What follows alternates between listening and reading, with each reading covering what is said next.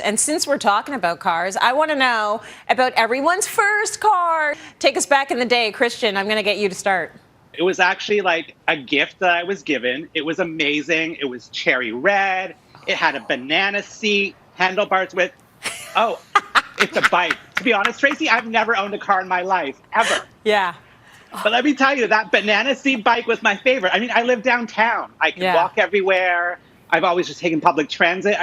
I think a lot of younger people aren't using cars anymore. So I don't have a first car story, but that bike sure was sweet. Okay, Chef Paul. Walking. Do you have a car? Or do you remember your first car? I do have a car, and I do remember my first car. Also, it was a gift, but mine was actually a car. It was a Honda Civic. My mom handed it down to me. It was the best thing ever. I did live downtown, but it gave me the freedom to get out of downtown, which I remember being really valuable. And it just lasted and lasted. In the last year, the bumper fell off while it was parked. No idea what happened. And I didn't have a lot of money, so I had it zip tied back on, and then it ran for another year.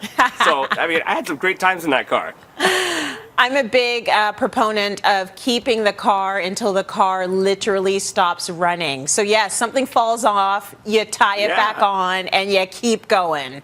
You can use a car for many, many years, people. Okay, how about you, Steph? Do you remember your first car?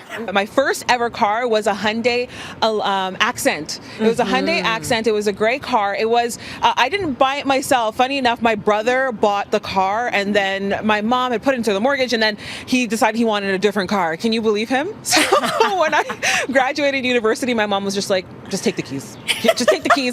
It's yours now. Just pay the insurance and pay the payments, and it's just yours now. And I was like, yes, I didn't even have to save for it. Janice, how about you? Do you remember your first car?